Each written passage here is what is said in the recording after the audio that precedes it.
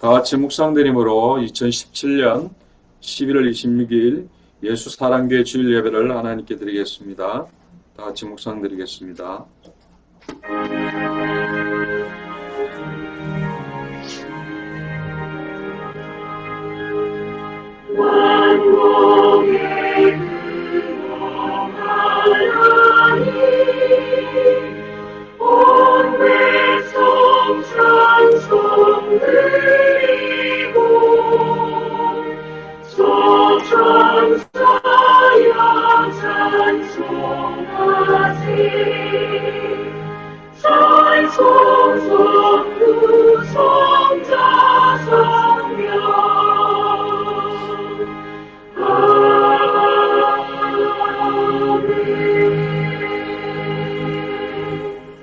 오직 성령이 너희에게 임하시면 너희가 권능을 받고 예루살렘과 온 유대와 사마리아와 땅끝까지 이르러 내 증인이 되리라 하시니라. 아멘. 찬송가 438장입니다. 내 영혼이 은총 입어 찬송 드리겠습니다. 통일 찬송가 495장입니다.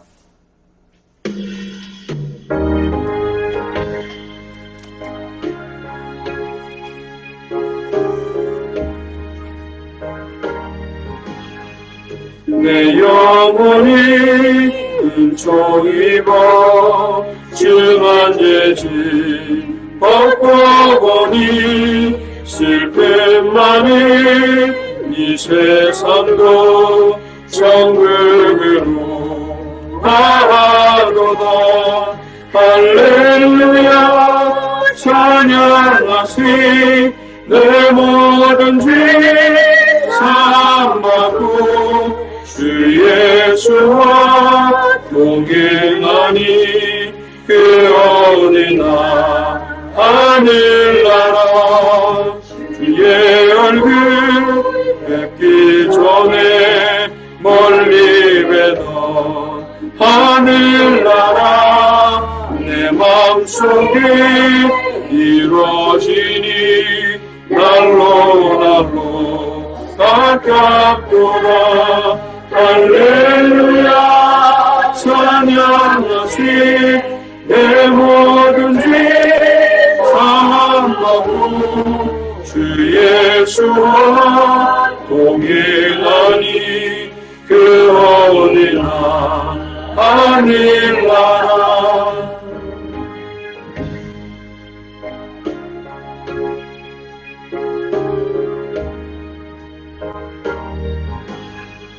높은 산이 거친 들이 조망이나 궁궐이나 내 주 예수 모신 곳이 그 어디나 하늘나라.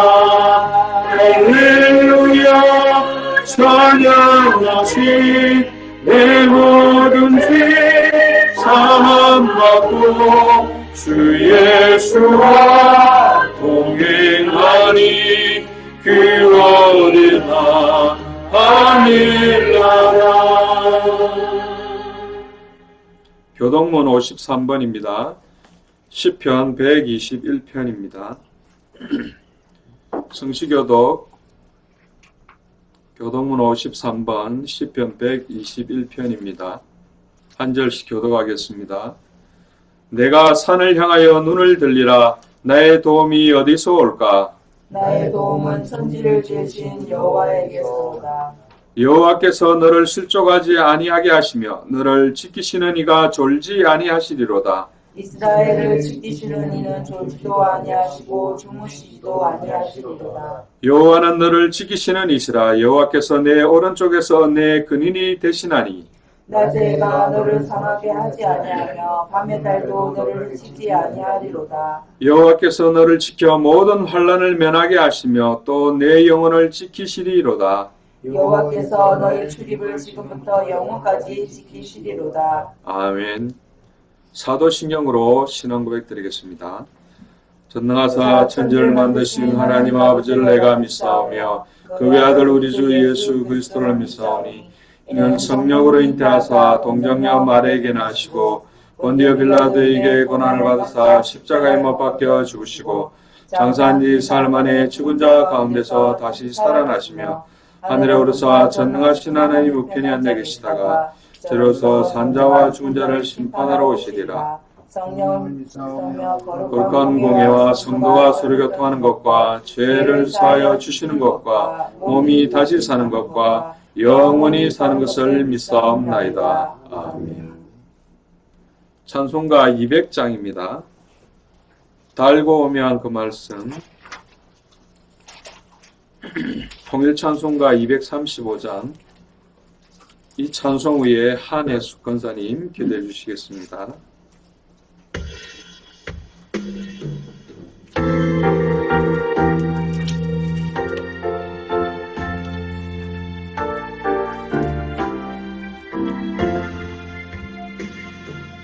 달고 오며 그 말씀 생명의 말씀을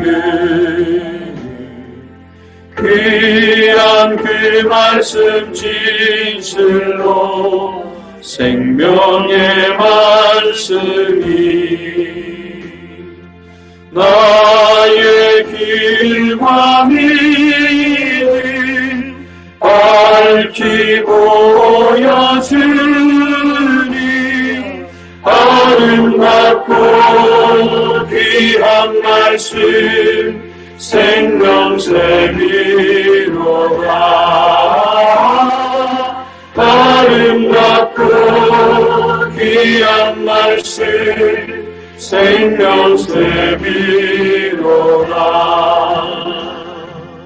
귀한 주님의 말씀이 내 노래 되도다. 모든 사람을 살리는 생명의 말씀을 값도 없이 받아 생명길을 가니 아름답고 귀한 말씀 생명샘이로다. 아름답고 귀한 말씀 생명샘이로다.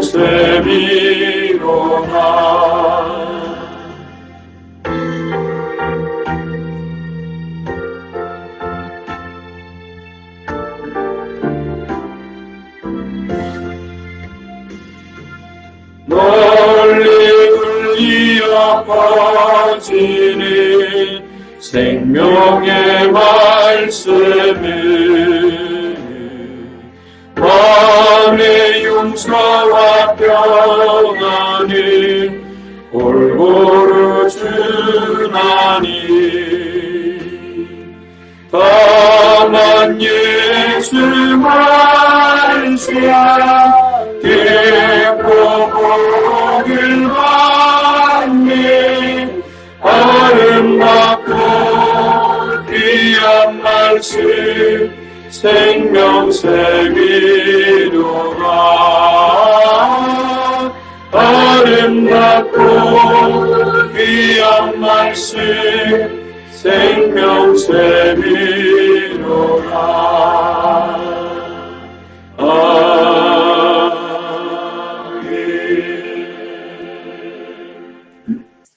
살아계신 하나님, 창세전에 영세전에 하나님 자녀 삼아주셔서 성경의 복음인 예수를 그리스도로 알고 믿고 순종하게 하여 주시니 감사합니다.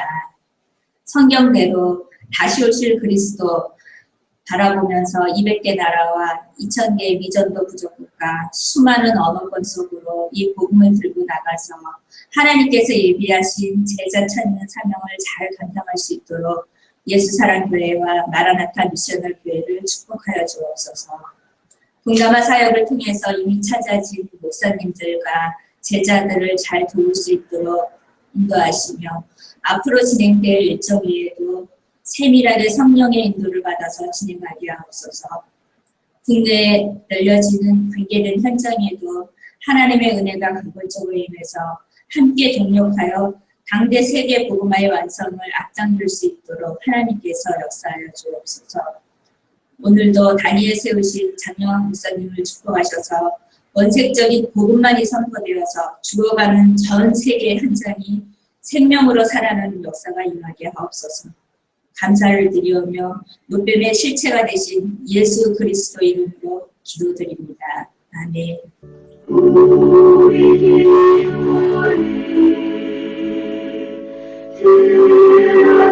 들어주시고 주님의 평안을 내려주소서.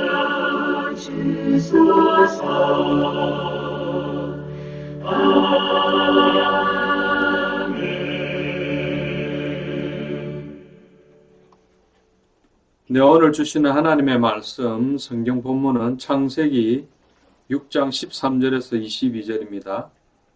창세기 6장 13절에서 22절의 말씀을 장정옥 집사님 봉독해 주시겠습니다. 성경 봉독하겠습니다. 하나님이 노아에게 이르시되 모든 혈육 있는 자의 포악함이 땅에 가득하므로 그 끝날이 내 앞에 이르렀으니 내가 그들을 땅과 함께 멸하리라. 너는 고페르 나무로 너를 위하여 방주를 만들되 그 안에 칸들을 막고 역청을 그 안팎에 칠하라. 내가 만들 방주는 이러하니 그 길이는 300규빗, 너비는 50규빗, 높이는 30규빗이라. 거기에 창을 내되 위에서부터 한 규빗에 내고 그 문 옆으로 내고 상중하 3층으로 할지니라. 내가 홍수를 땅에 일으켜 무릇 생명의 기운이 있는 모든 육체를 천하에서 멸절하리니 땅에 있는 것들이 다 죽으리라. 그러나 너와는 내가 내 언약을 세우리니 너는 내 아들들과 내 아내와 내 며느리들과 함께 그 방주로 들어가고 혈육 있는 모든 생물을 너는 각기 암수 한 쌍씩 방주로 이끌어들여 너와 함께 생명을 보존하게 하되 새가 그 종류대로 가축이 그 종류대로 땅에 기는 모든 것이 그 종류대로 각기 둘씩 내게로 나아오리니 그 생명을 보존하게 하라. 너는 먹을 모든 양식을 내게로 가져다가 저축하라. 이것이 너와 그들이 먹을 것이 되리라. 노아가 그와 같이 하여 하나님이 자기에게 명하신 대로 다 준행하였더라. 아멘. 네, 오늘 방주 대신 그리스도라는 제목으로 목사님 말씀 증거해 주시겠습니다. 기도하겠습니다. 주는 그리스도시요 살아계신 하나님의 아들이십니다.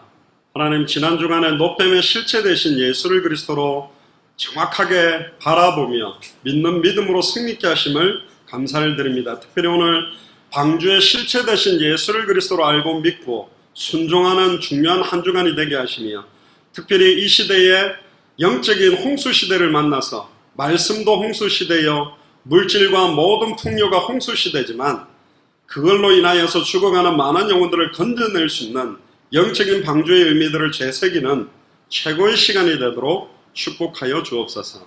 감사를 드리며 승리하신 주 예수 그리스도 이름으로 기도드리옵나이다. 아멘. 오늘 제목이 방주 대신 그리스도입니다. 굉장히 중요한 시간이고 오늘 본문을 통해서 저와 여러분들이 중요한 하나님의 음성을 듣게 되기를 주 여러분 축복합니다.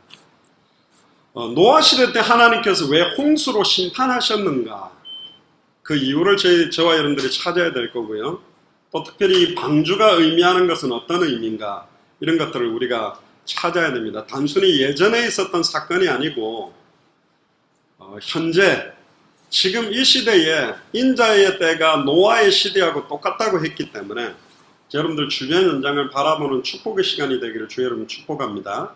어떤 면에서는 노아 시대 때가 아니라 지금 나의 시대 때를 정확하게 적용하는 종말론적인 관점으로 이 메시지를 확인해야 됩니다. 누가복음 17장 26절에서 30절에 보면 노아의 때에 된 것 같이 인자의 때도 그러하리라. 노아가 방주에 들어가던 날까지 사람들이 먹고 마시고 장가들고 시집가더니 홍수가 나서 그들을 다 멸망시켰으며, 결국은 노아가 방주로 들어가는 시간까지 사람들이 먹고 마시고 장가들고 시집가더니, 그런데 여기 본문을 가만히 보세요. 먹고 마시는 게 그닥 죄가 아니고 장가들고 시집가는 것도 그닥 죄가 아닌데 노아 시대 때 사람들의 죄가 관영해서 죽었다라고 예수님은 표현을 안 하고 특별히 뭐라고 이야기를 하고 있냐면 그냥 먹고 마시고 장가들고 시집가더니 예수님은 그렇게 말해요. 또 뒤에 보세요. 28절에도 보면 롯의 때와 같으리니 거기도 똑같이 이야기합니다. 소돔과 고모라 땅의 죄악이 극심했다라는 표현보다는 먹고 마시고 사고 팔고 심고 집을 짓더니 근데 다 망해버렸대요. 이게 굉장히 중요한 겁니다. 소돔과 고모라 땅에 또 노아 시대 때 죄악 자체가 극심했다라는 포커스보다도 더 중요한 것은 뭐냐면 하나님과 관계없이 먹고 마시고 장가가고 먹고 사는 것 자체도 저주받을 사실은 죄악이라고 예수님은 이야기하는 것 똑같아요. 좀 안타까운데 지난 주간에 좀 큰 일이 있었습니다. 평택에 우리 서해로교회 유장수 목사님 만나서 이 성경의 복음 전도 끝을 전달했는데 이분이 이제 되게 결단을 내리셨어요. 자기 강단부터 바뀌어야 되겠다. 이 성경의 복음만을 강단에서 계속 증거해야만 모든 것들이 회복되겠다. 그런 믿음을 가지고 이분이 이제 결단하고 함께 이 메시지 붙들고 평택 중심으로 해서 세계복음에 같이 동력하도록. 그러니까 아예 목사님은 교회는 오후 예배가 있습니까? 그래서 오후 예배는 없다 그러니까 혹시 마치고 매주 오후 예배를 좀 와서 메시지들을 좀 해주실 수 있냐 그래서 그거보다는 일단 한번 가서 복음을 전하고 나면 이 교회 시간표가 보이면 어떻게 도와야 될지를 좀 듣겠다. 그리고는 올라오는데 너무 차가 밀리는 거죠.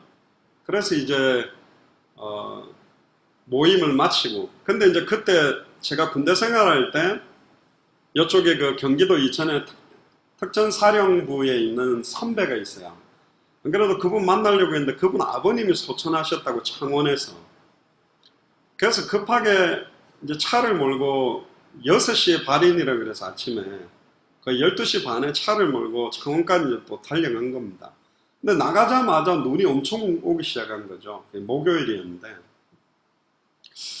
그래도 가자. 그래 이제 고속도로 올라가니까 괜찮아요. 많이 내리긴 하는데.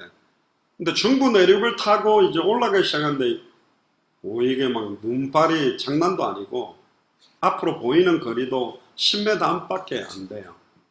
그러니까 속도를 거의 막 80km에서 60으로 낮춰야 되고 그러니까 저쪽 감곡 정도 갔습니다. 감곡 정도 갔는데 와 이게 이제 고속도로 눈이 쌓이고 앞차가 바로 있으면 그 후미등을 보고 붙으면 되는데 빨리 가버리니까 이 길도 안 보여요. 그래서 중앙분리대 그 콘크리트를 보면서 몰고 가야 될 정도로 야 이거 가기 어렵겠다 했는데 달리는데 이제 제가 눈길 운전을 좀 많이 해봤고 저쪽 캐나다에서는 거의 뭐 어떤 집사님 권사님 때문에 완전히 고속도로에서 한 바퀴 돌아가지고 대형 사고가 날 뻔한 상황을 알기 때문에 엔진 브레이크를 쓰는 거 핸들을 막 틀거나 브레이크를 밟으면 안 되는 걸 잘 알거든요. 그래 이제 바퀴가 떨리는 거예요. 이거 위험하다. 그래 이제 엔진 브레이크를 좀 줄이고 있는데 저쪽에 불빛이 한 100m 정도에 보이는데 불빛이 막 뒤에 엉킨 거예요. 아이고 저게 사고가 났구나. 그래가 막 줄이고 했는데도 부딪히겠어요. 근데 중앙분리대 쪽으로 좀 붙였는데 겨우 한 10m 놓고 딱 섰는데 세대가 부딪혀가지고 도로를 막은 거죠. 근데 오른쪽 보니까 거대한 그 덤프 트럭이 와가지고 그 차 한 대를 바로 그냥 팡 받아버린 거예요. 그러니까 사람은 막 깜짝 놀라고 처음 봤지. 그 늘 유튜브나 뭐 거기서 뭐 바로 10m 앞에서 그냥 팡 해가 막 차가 돌고 막 또 뒤에 와가 또 받아버린 거예요. 아찔하더라고요. 그래 뒤에 딱 보니까 아직 제 뒤쪽으로는 차가 안 와요. 오른쪽도. 이제 제 뒤에 차가 오기만 하면 우리는 중간에 이제 샌드위치가 되는 거죠. 그래가지고 이제 빨리 빠져나가야 되겠다 하는데 제가 타는 차가 뒷바퀴가 도는 게 이 눈에서는 완전 제약이거든요. 이게 턱을 넘어가는데 이게 막 밀리면서 안 나가는 거죠. 억지로 막 핸들을 틀면서 겨우 갓길로 이렇게 딱 했는데 그러고 보니까 이제 조금 내려가니까 그 옆에 빠지는 걸 빠지는데 그거 뭐 와가지고 계속 그래서 이제 출구 나가자마자 그 톨게이트 그 비 받는 여자분한테 빨리 경찰에 연락해가 저기 나보니까 엄청나게 많이 사고가 날 거다 빨리 좀 해니까 다행히 그 옆에 경찰차가 급하게 올라갔죠. 근데 이번에 부산에 올라오는데 아무 일도 없다는 듯이 그 감곡 휴게소 근처는 말짱하더라고요. 그러니까 이게 틀려요. 똑같은 상황인데 눈이 어마어마하게 많이 내린 지역하고 눈이 또 없으니까 언제 그랬냐 표시도 없어. 자, 오늘 왜 자꾸 그 이야기를 했냐면 그렇게 해서 거의 아침에 겨우 출발해가지고 11시 반에 창원을 도착했습니다. 그러니까 이 선배가 감격이 된 거예요. 뭐 굳이 그것도 22년 동안 연락도 안 되다가 그냥 문자만 나눈 정도인데 굳이까지 장례식장 아버님 돌아가셨다고 이렇게까지라도 왔다 그래가 이분이 마음으로 완전 다 열어버렸어요. 그래가지고 감동을 완전 해가지고 생명을 걸고 여기까지 왔다면서 해가지고 안 그래도 이분이 특전사령관 비서도 하고 사령부 안에 이제 군인교회도 있고 하는데 이분이 문을 굉장히 많이 열 것 같아요. 그래서 진짜 한 영혼 건지기 위해서 마음 담고 움직이는 것에 대한 가치가 있겠다 이런 생각들도 많이 했는데 가만히 생각해 보세요. 노아 시대 때 사람들이 죄를 많이 지어서 LA 저 나쁜 놈들 다 죽이겠다고 싹 홍수로 죽였다고 생각합니까? 아니요. 자기 백성인데 자기 형상으로 창조한 인간인데 다 죽여야만 돼요. 여러분들 손으로 여러분들 자녀를 죽여야 될 상황으로 죄악이 극심해졌다면 얼마나 안타깝겠습니까? 참 안타까운 거지. 하나님 볼 때 보시기에 좋았다라고 창조했던 인간이 얼마나 타락이 극심했으면 물로 홍수를 내서 다 죽이겠다 그렇게 결단한 거예요. 충격이죠. 인자가 나타난 날도 그렇답니다. 그럼 노아 시대 때 사람들의 문제가 뭐냐? 아벨의 영적인 유산을 받아갔던 셋 후손, 그러니까 가인이 아벨을 돌로 쳐 죽여서 하나님 다시 셋을 주셨는데 그들의 가치관이 창세기 6장 1절에서 2절 보니까 세속화되어 버렸어요. 가인의 후손과 혼인을 맺기 시작했어요. 그러면서 모든 문제가 다 왔어요. 보통 요즘 시대는 뭐 예수 믿는 사람이 불신자나 타 종교인하고 결혼하는 것에 대해서 크게 문제 안 된다 그렇게 해서 많이 하는데 사실은 창세기 6장을 통해서 볼 때 언약을 가진 자끼리 만나는 게 얼마나 중요한지에 대한 의미를 지금 말하고 있는 겁니다. 1절 2절을 먼저 보세요. 사람이 땅 위에 번성하기 시작할 때 그들에게 딸들이 나니 하나님의 아들들이 사람의 딸들의 아름다움을 보고 자기들의 좋아하는 모든 자로 아내를 삼는지라.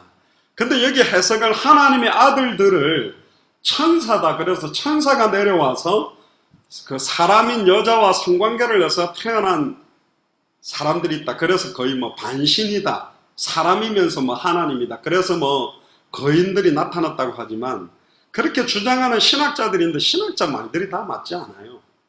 하나님의 아들들, 천사는 하나님의 형상대로 창조됐거나 하나님의 아들이라고 불리지 않습니다. 여기서 말하는 하나님의 아들은 누구를 가리키냐? 천사는 본질상 사람과 결혼할 수도 없고 천사에게는 남성, 여성의 의미가 없어요. 중성적 의미를 갖고 있기 때문에 그렇게 인간인 여자와 함께 자녀를 출산할 수 있는 존재가 아니고 누가복음 20장 35절에서 36절에 보면 시집가고 장가가는 일이 천사에게는 없다 되어 있고 우리가 천국에 갔을 때에는 거기서도 시집가고 장가가는 게 없어요. 두 번째, 결국은 그렇다면 이 하나님의 아들들은 누구냐? 여기 말한 것처럼 셋의 자손이라고 봐야 됩니다.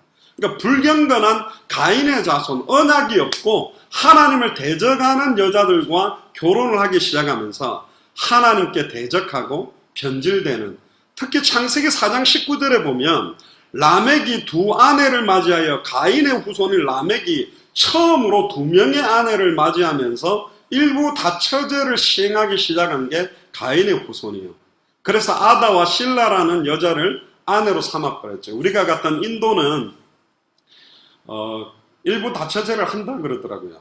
근데 참 재미난 거는 그때 우리 인도의 미조람 가서 이야기 들어보니까 남자는 아무것도 준비를 안 한대요. 여자가 모든 결혼하기 위한 미천을 준비해서 남자를 맞이해야 된다.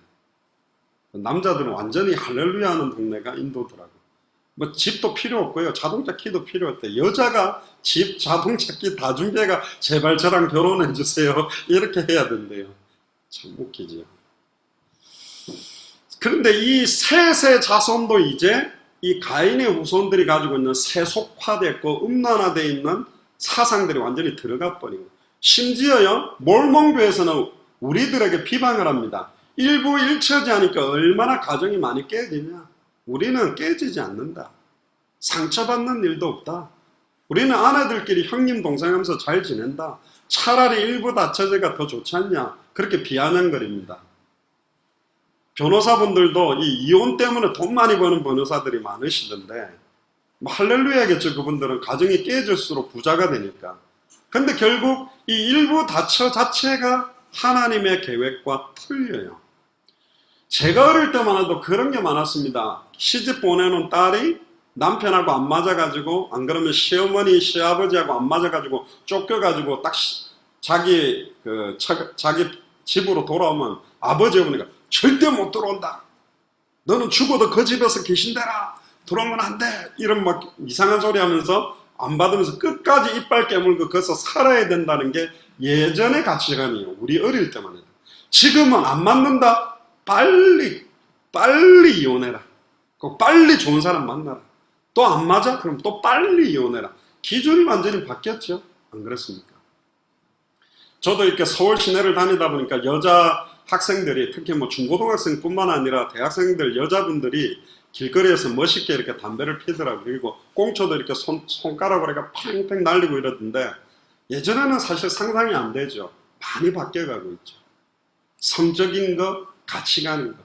옛날 게 무조건 맞냐? 아닙니다. 옛날 게 맞는 것도 아니에요. 성경에 맞추어 봐야 돼요. 우리나라는 유교적 배경이 많기 때문에 그런데, 유교도 예의 범절을 중시하지만 성경하고 맞지 않아요.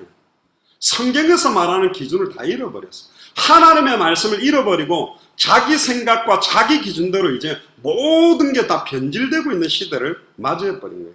그 결과로 하나님의 영이 6장 3절에 영원히 사람과 함께하지 않겠다. 하나님이 너무 고통스러워. 내가 다시는 사람들하고 함께 거하지 않겠다. 이렇게 얘기하는 거예요. 나의 신을 영원히 사람과 함께하지 아니하리니 이는 그들이 뭐가 됨이라? 육체가 됩니다. 하나님의 형상이요 흙으로 지으시고 코에 생기를 불어넣어서 영적 존재로 만들었는데 이들이 완전히 육체가 돼버린 거예요. 왜 그렇죠? 사탄의 미혹을 받아 말씀을 놓치고 하나님과 단절돼서 하나님 필요 없어. 영적인 건 필요 없어. 돈만 있으면 돼. 예쁘면 돼. 잘생기면 돼. 공부만 잘하면 돼. 성공만 하면 돼. 그 기준으로 사는 거예요. 근데 하나 물어봅시다. 그 기준으로 악착같이 사는 사람들이 행복한가 말이에요. 참 평안함이 있냐 말이에요. 그렇게 돈을 갖다 몇백억씩 끌어모았던 부자들이 진정한 행복이 있었다고 고백합니까? 아니잖아요. 로또 복권에 당첨해가 갑자기 몇십억 몇백억을 가졌던 사람들이 왜 말로들이 그렇게 비참해졌냔 말이에요. 우리는 그 기준으로 사는 사람들이 아니에요. 원래 모든 사람은 하나님의 자녀건 다른 종교인이거든 원래 모든 인간은 하나님과 함께 해야만 참된 평안과 기쁨이 넘치는 존재인데 하나님을 잃어버리고 하나님을 떠나서 지금 자기의 쾌락과 진정한 안식을 얻기 위해 찾는 거예요. 그걸 여자를 통해서 얻어보는데 아니지. 무슨 여자가 참된 안식을 줄 수 있어요? 무슨 남자가 참된 안식을 줘요?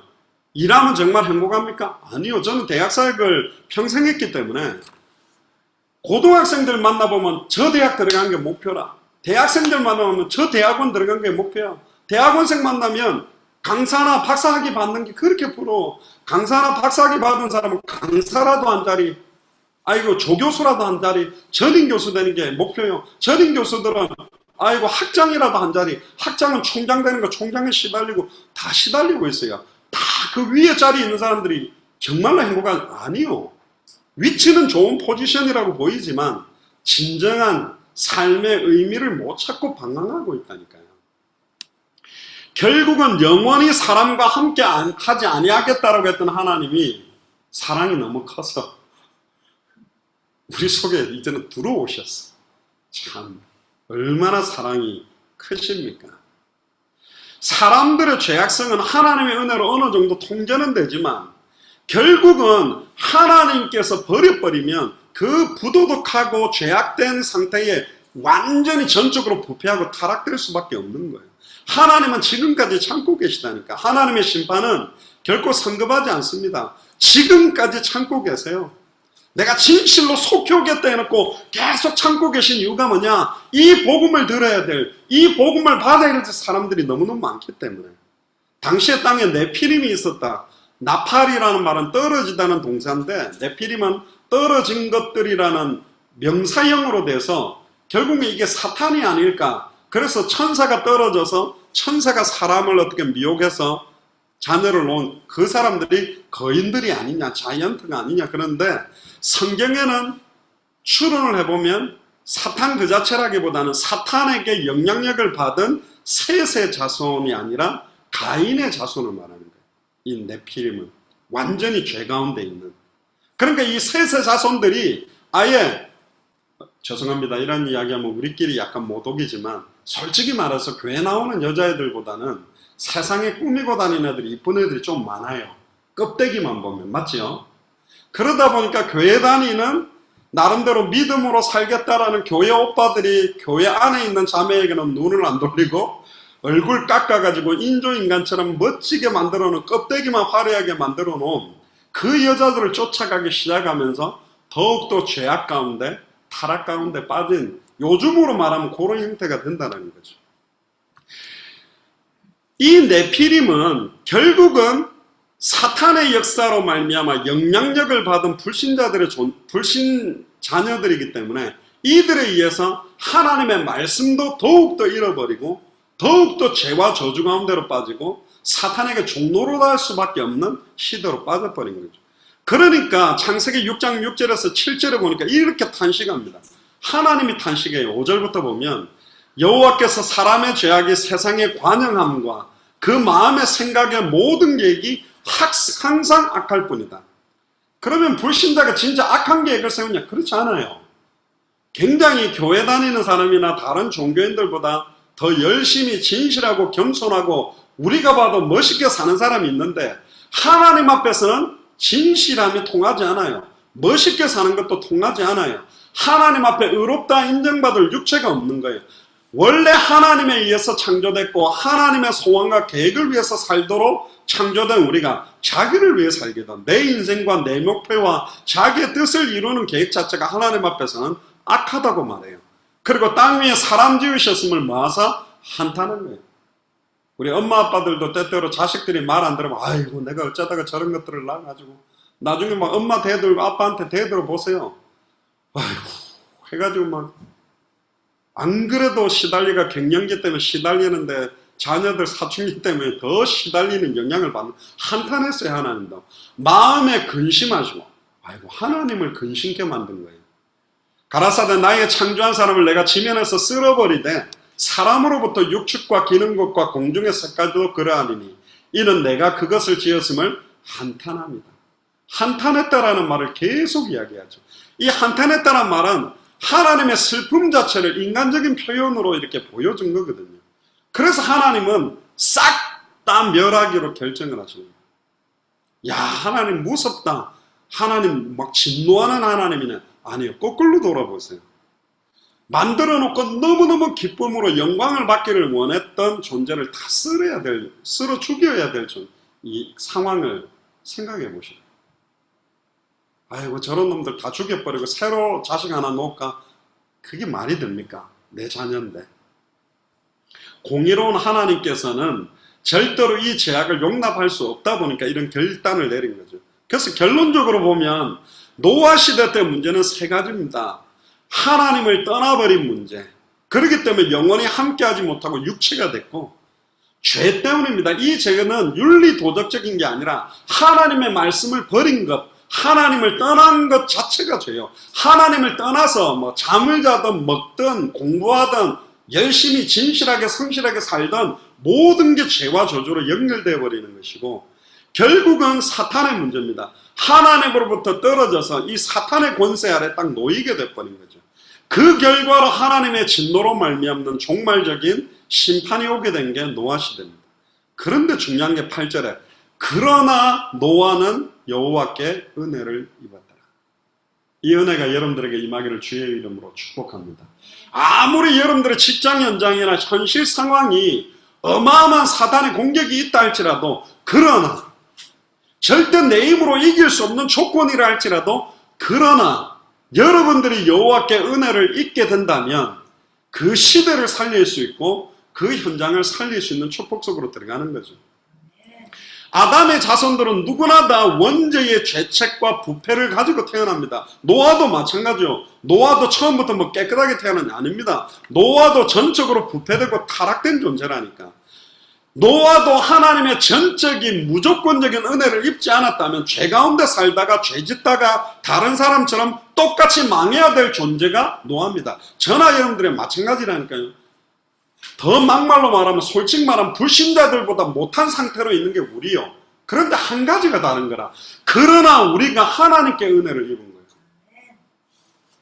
그거밖에 없어요. 그래서 하나님의 은혜만 자랑하지 내가 뭐 구원받을 만한 조건이 있다. 없어요. 우리는 더 전적으로 부패됐고 전적으로 타락된 존재예요. 노아도 마찬가지라니까. 그런데 하나님은 그 노아를 무조건적으로 선택하시고 베푸신 은혜가 임했어요. 그 방법이 방주입니다. 그래서 어떤 학자들은 노아가 예수 그리스도의 예표요 방주를 교회라고도 이렇게 보는 각도도 있습니다. 결국은 한 시대를 변화시켰던 노아를 예수 그리스도의 모형이요 방주는 그 안에 탔을 때 다 살아났던 예수를 그리스도로 믿는 자들이 모인 교회 형태라고도 해석은 하기도 합니다. 근데 로마서 3장 10절 23절에 보면 의인은 없나니 하나도 없고 모든 사람이 죄를 범했기 때문에. 근데 어떻게 노아가 의인이요 완전한 자가 되냐? 첫 번째는 아까도 말했지만 하나님의 선택을 받고 은혜를 입었기 때문에 의인이요 완전한 자예요. 의인이 아닙니다. 칭의라고 그럽니다. 우리를 의롭다 하는 거예요. 현실은 아직도 질그릇인데 보배가 담기면 보배 그릇이 되듯이 우리의 현실 모습은 아직도 죄성이 있고 거룩하지 못하고 연약투성이로 성격도 더럽고 막 괴팍한 것도 많은데 하나님께서 예수 그리스도의 십자가의 죽음과 부활로 우리를 의롭다 하셨고 인정하셨거든. 그냥 부끄러운 거예요. 우리는 솔직히 말하면. 그리스도의 십자가의 공로가 아니면 우리는 저주받고 죽어 마땅하는 존재입니다. 또 왜 노아가 의인이요 완전한 자라고 답을 주고 있냐면 9절에 보니까 하나님과 동행했기 때문에.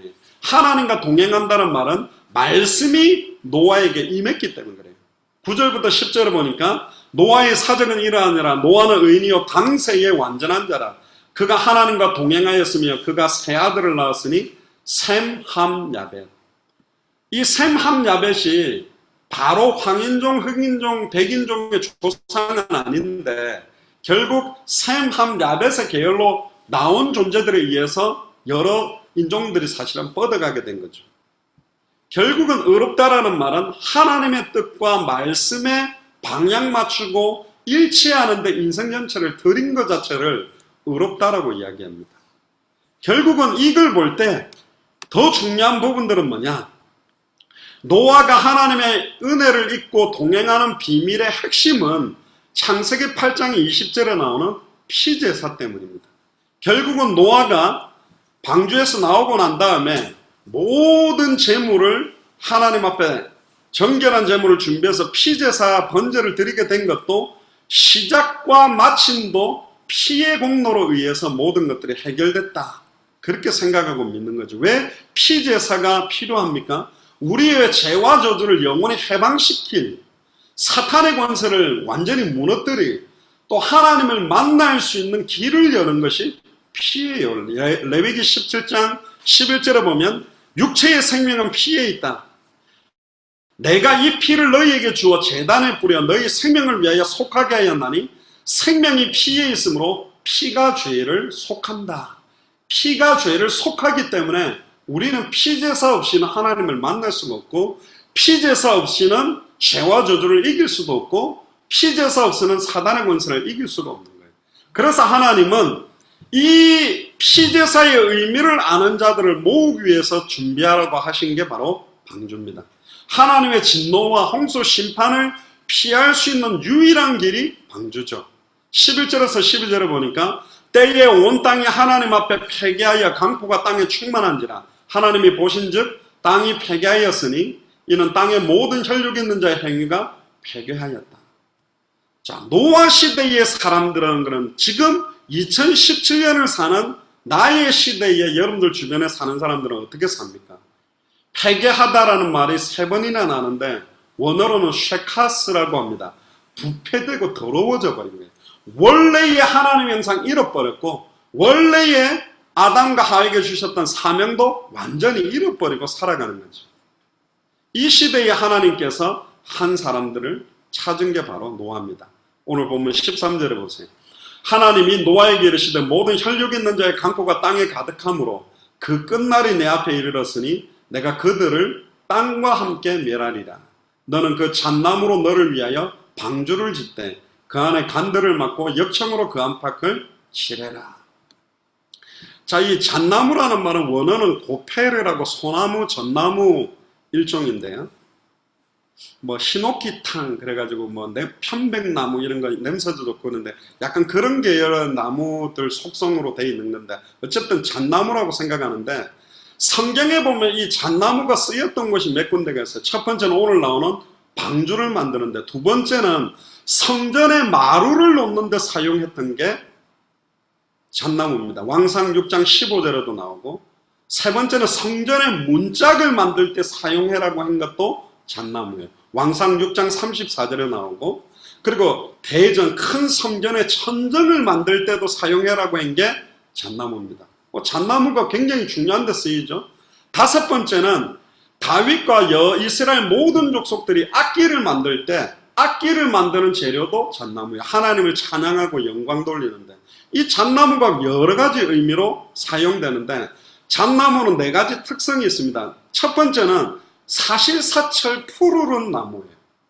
변함이 없는 나무예요. 그래서 굉장히 중요한 나무의 의미가 있고요.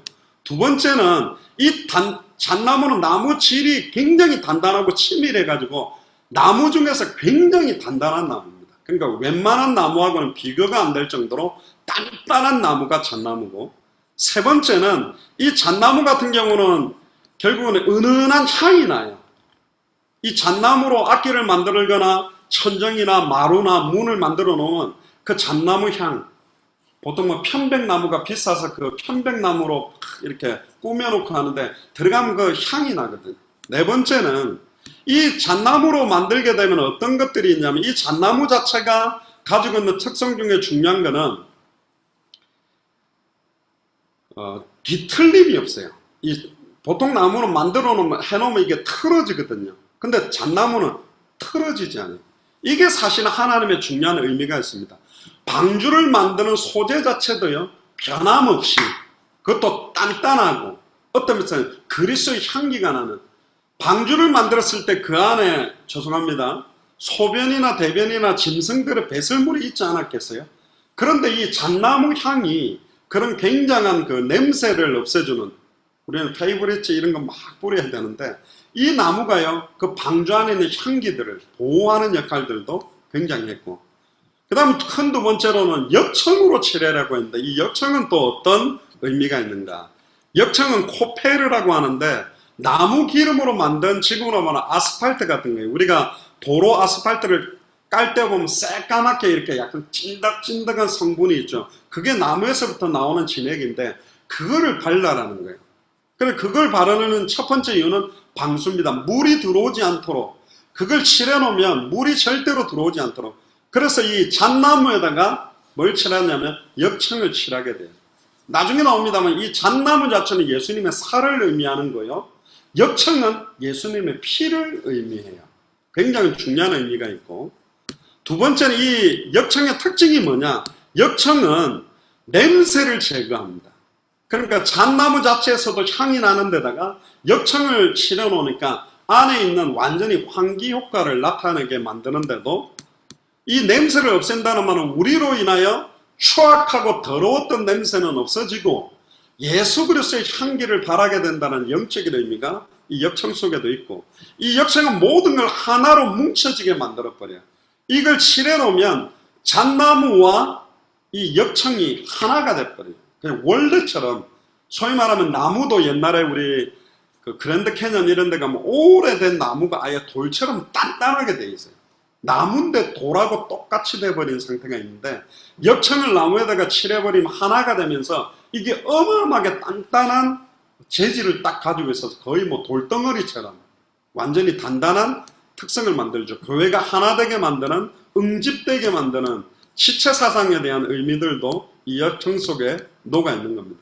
결국은 이 엽청을 통해서 하나님이 가장 우리들에게 깨닫게 하려고 하는 건 뭐냐면 이 엽청은 결국은 예수 그리스도의 보혈을 상징하는 거예요.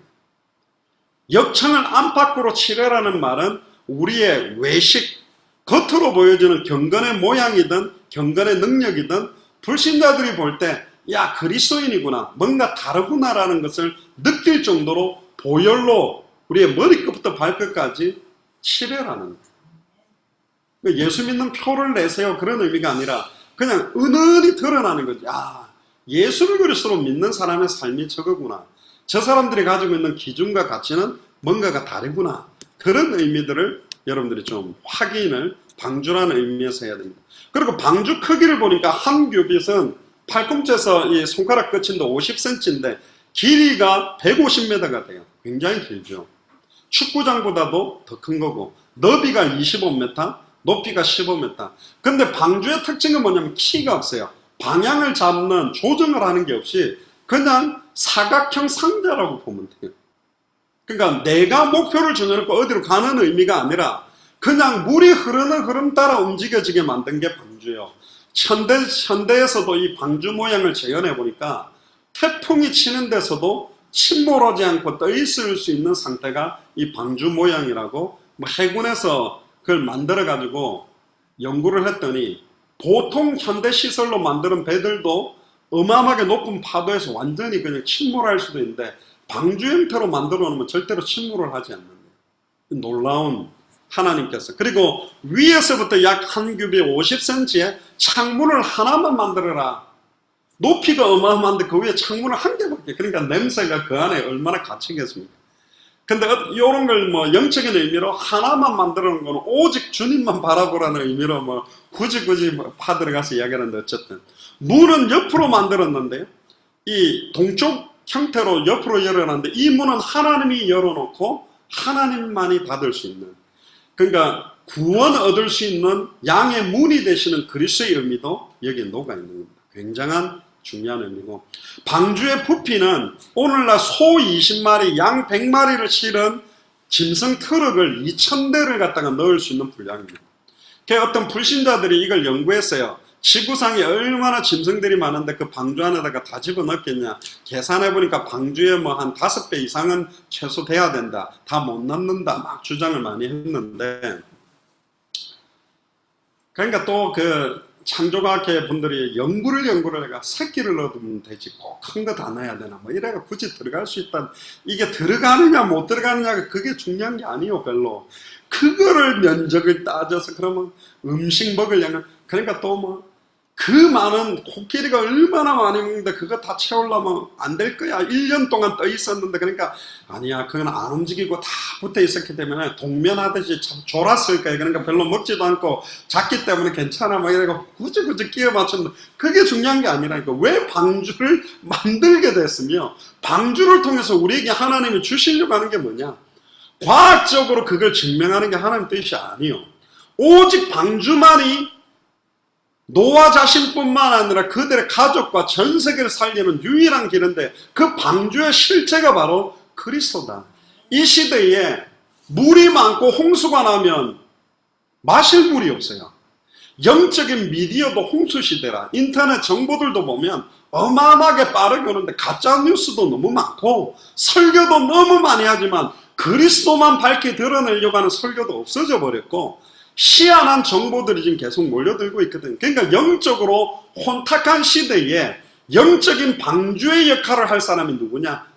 120년 동안 혼자 지었습니다. 수많은 사람들이 욕을 했을 겁니다. 그것도 미쳤지. 바닷가에 짓는 것도 아니니까 산꼭대기에 지으라는 명령 그대로 일평생을 온전히 하나님 앞에 들여서 순종한 사람이 누구냐? 노아입니다. 그리고 노아는 전도를 많이 못했어요. 자기의 셈, 함, 야벳 아들의 아내들, 자기하고 자기 아내 8명밖에 구원 못하는 수준이었습니다. 그런데 단 한 번 당대 세경으로 완성한 사람이 노아입니다. 전도를 잘한 게 아니라 하나님이 다 죽였어요. 그래 끝냈다니까. 자, 교회가 부흥돼야 되는 것은 맞는데 기도원 300용사처럼 정말로 성경의 복음이 계시된 사람이 모여야 본격적으로 시작이 된다니까.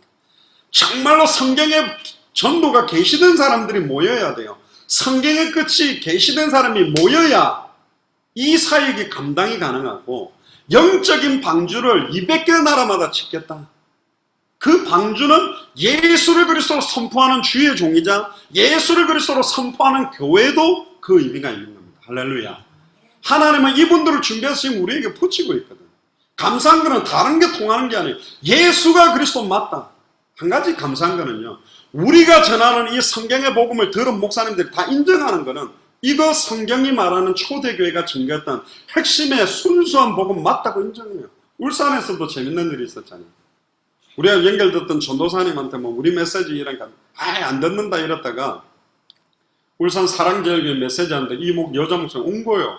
처음부터 삐죽삐죽하고 아이고 드디어 이분 오는 줄 난 몰랐는데 이라고 떡 앉아있던 건데, 앉아 계신 이분이 처음에는요 얼굴이 울그락불그락 앉아 계시더라고요. 근데 메시지를 한 10분 20분 가는데 이분이 막 종이를 꺼내가 적기 시작하면서 막 갑자기 돼서 아멘 아멘 이러는데 왼발 내가 축 따지고 하나님 성경의 복음을 막 그러니까 막 감격했다 그랬는데 다시는 연락이 안 오십니다만,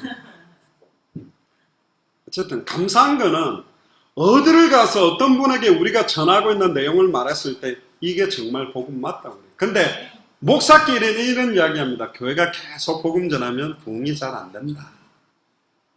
괜찮다, 복 받아라, 뭐 나와도 복을 받고 들어와도 복을 받고 하나 되고 위로하고 막 요런 거 잘 해줘. 그래서 요즘 치유 목회를 많이 한다는 게 뭐냐면 복음 자체가 치유인데 위로와 그들을 좀 아울러 주는 쪽으로 하는 거예요. 그러니까 교회가 인간으로 말하면 뼈대가 골다공증처럼 핵심적인 복음에 딱 결론 내린 사람들의 바탕에 서는 게 아니라 기초나 바탕이 약한 상태로 기반을 만들기 시작합니다.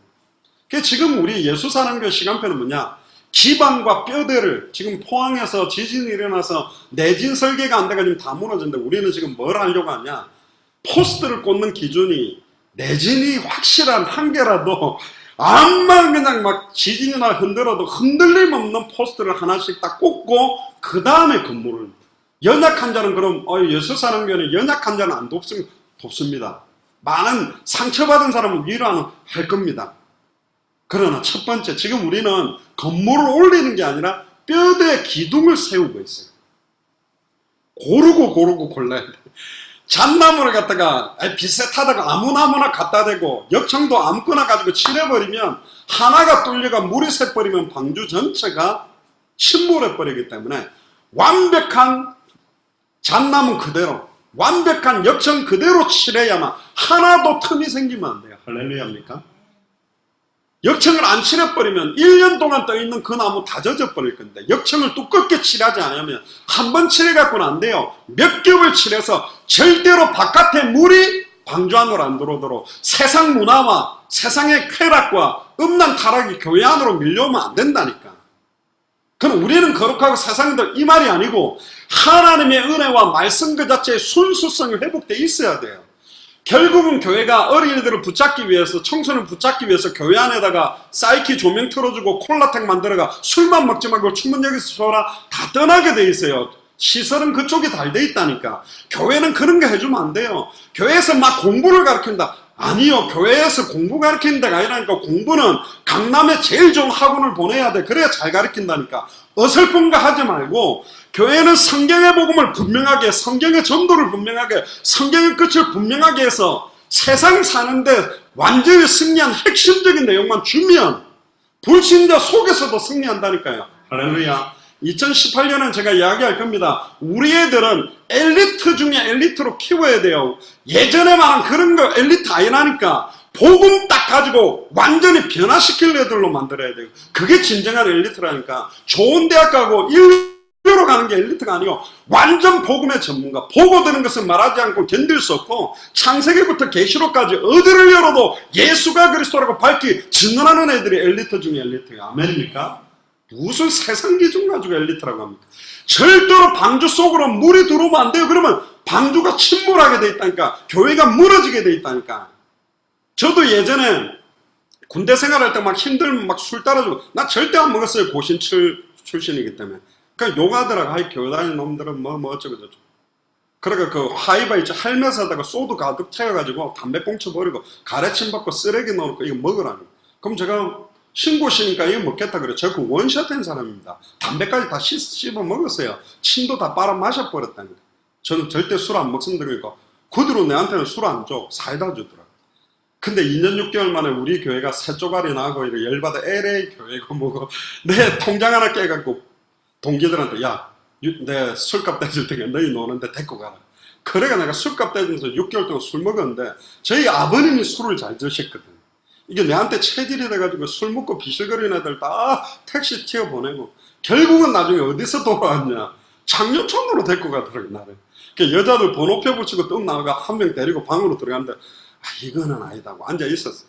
그런데 이제 유리가 거울에 비춘 내 모습이 그 당시에는 군복을 녹색에 그냥 무늬가 없는 모든 군인을 입었어요. 우리 특전사만 얼룩무늬 베러먼데 너무 처량하게 보이는 거예요. 내 모습이. 그때 아담에게도 물었던 질문이 내게 들렸어요. 네가 어찌하여 여기 있느냐.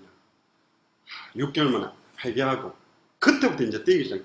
그때 같이 어울렸던 동기들이에요. 지금 이 사람들을 지금 복음으로 22년 4년 만에 복음으로서 죄송합니다. 전부 다 무너진 거예요. 안타깝더라고.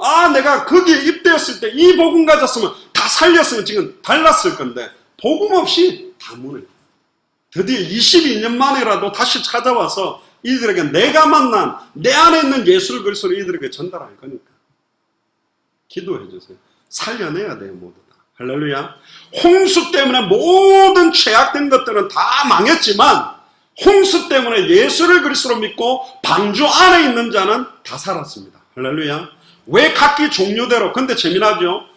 정결한 거는 7쌍씩 넣으래요. 다른 거는 2쌍인데 부정한 거는. 그리고 새들도 7쌍. 왜 그러세요? 정결한 짐승은 뭘 해야 되니까? 번제로 드려야 되니까. 2쌍만 해가 둘이 다 번제로 태워 죽이면 그 종이 없어져요. 왜 새들도 준비했죠? 새는 부정하지만 이방인들이 드렸던 제사지만 그것도 함께 피제사와 함께 드리기 위해서.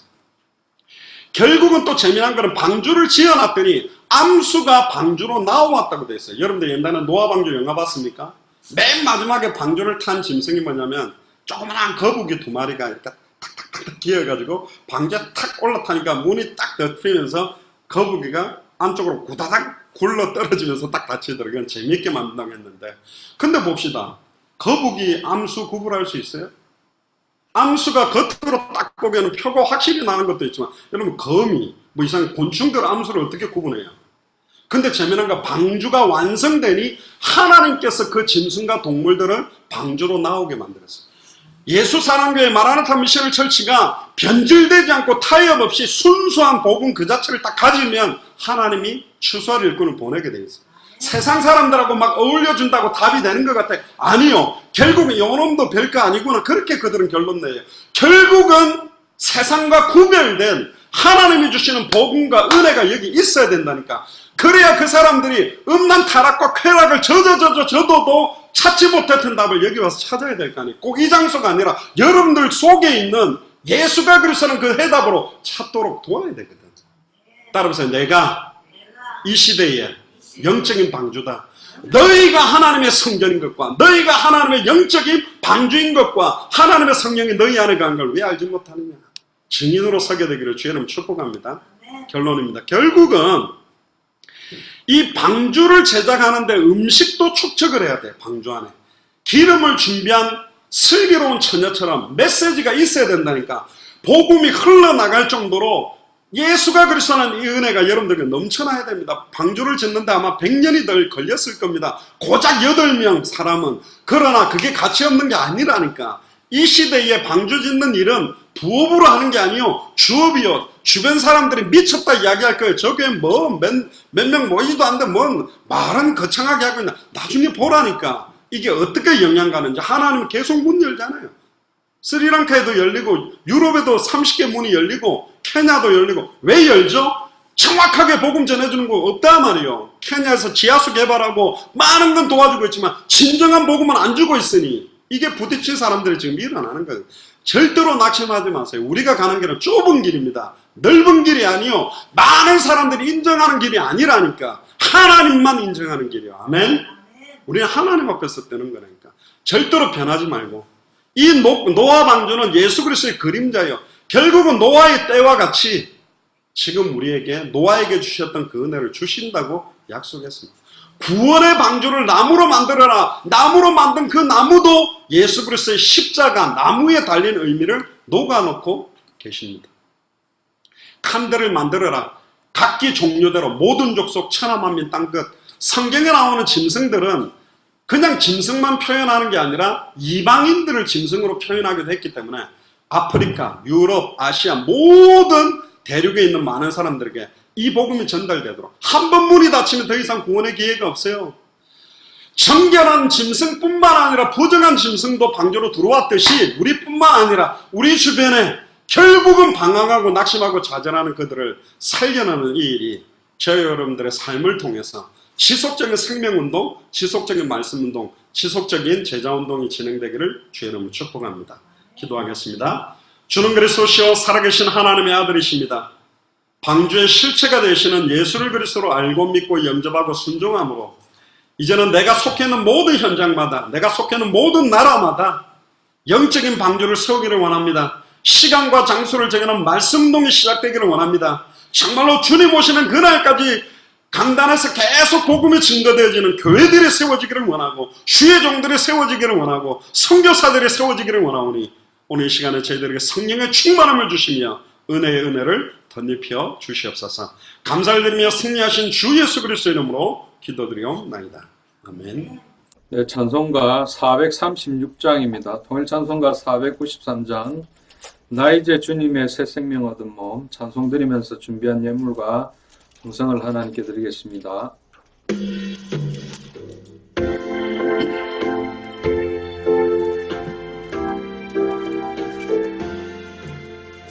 나 이제 주님의 새 생명 얻은 몸 옛것은 지나고 새 사람이로다.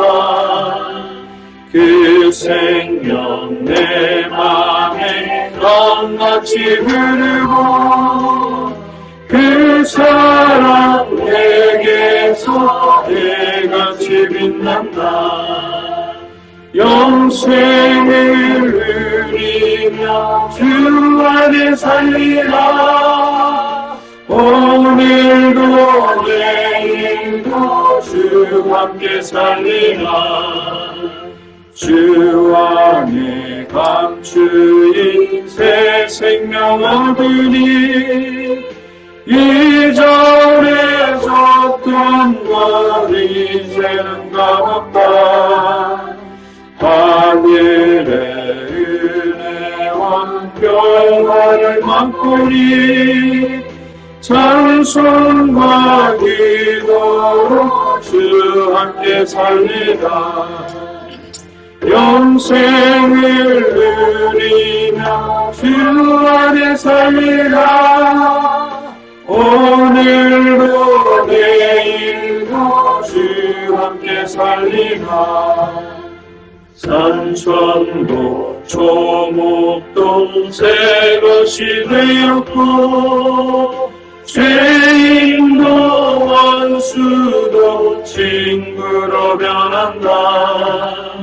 새 생명 얻은 자 영생을 누리니 주님을 모신 만세 하늘을 올라.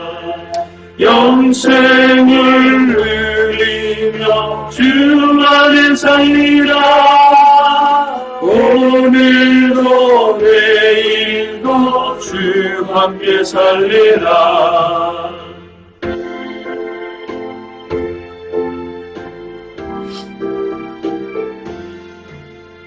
주 따라가는 길 험하고 멀어도 찬송을 부르며 뒤따라가리라.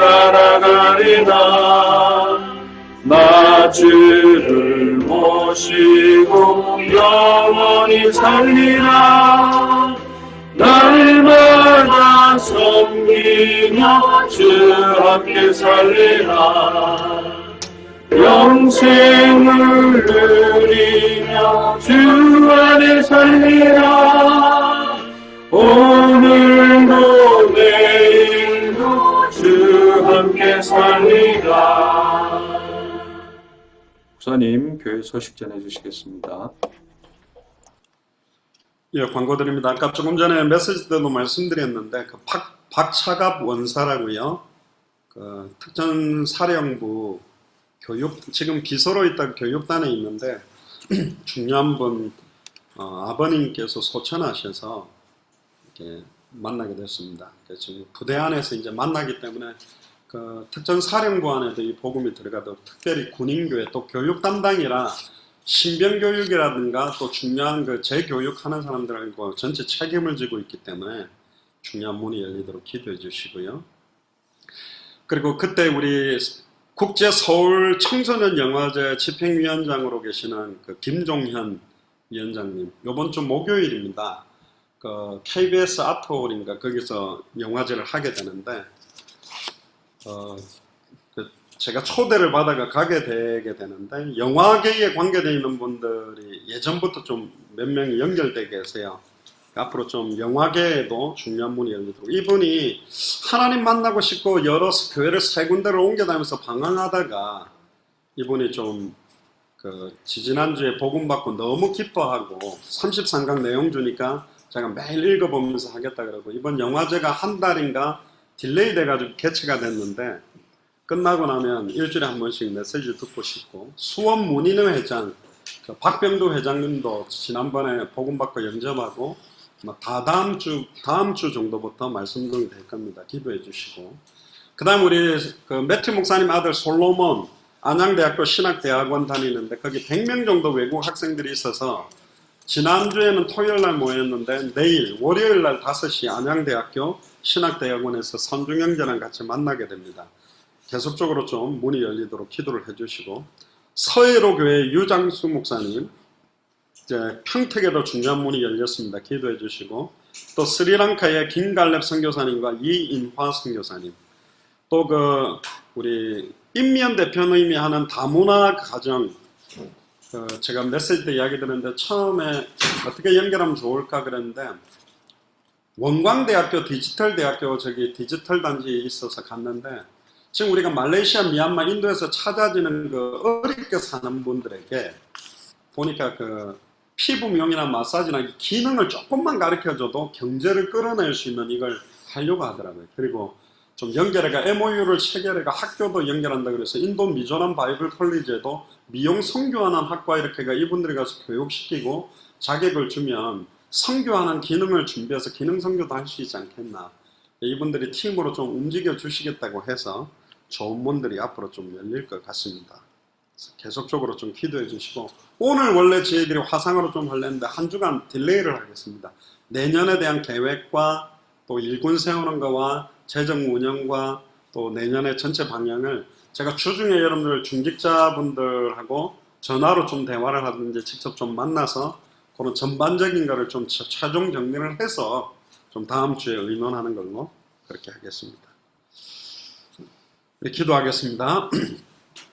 주는 그리스도시요 살아계신 하나님의 아들이십니다. 하나님 진심으로 감사를 드립니다. 방주의 실체가 되신 예수를 그리스도로 알고 믿고 영접함으로 우리를 방주 안에 있게 하심을 감사합니다. 이제 방주 안에만 있는 것이 아니라 방주에서 나와서 번제를 하나님 앞에 드리고 실제적으로 모든 족속 천하만민 땅끝 즉 생육하고 번성하고 충만하고 정복하고 다스린 사역까지 가능할 수 있도록 제 예수 사랑교회와 마라나타 미션을 철저히 축복하시며 당대 생으로 완성할 경제의 축복들이 우리 예수 사랑교회 마라나타 미션을 철저히 중직자들에게 임하게 하시며 우리 후대들이 당대 생으로 완성해서 다시 오실 그리스도를 함께 만나는 축복과 은혜 속에 있도록 마음껏 축복하여 주옵소서. 지금은 우리 주 예수 그리스도의 은혜와 하나님의 크신 사랑하심과 성령님의 내주인도 역사교통 충만하심이 당대 생명의 완성의 언약을 붙들고 이 시대의 영적인 방주들을 곳곳에 세우며 방주 안에서 온전히 예수를 그리스도로 누리며 방주 바깥으로 나와서 모든 족속 천하만민 땅끝을 살리는데 내 인생 전체를 온전히 드리기로 결단하는 모든 주의 종들과 중직자들과 성도들과 우리 후대들 머리 위에 우리와 연결되어 있는 모든 중직자들과 목회자들과 선교사들과 모든 각 나라의 현장 위에 지금으로부터 영원토록 항상 함께 계실지어다. 아멘.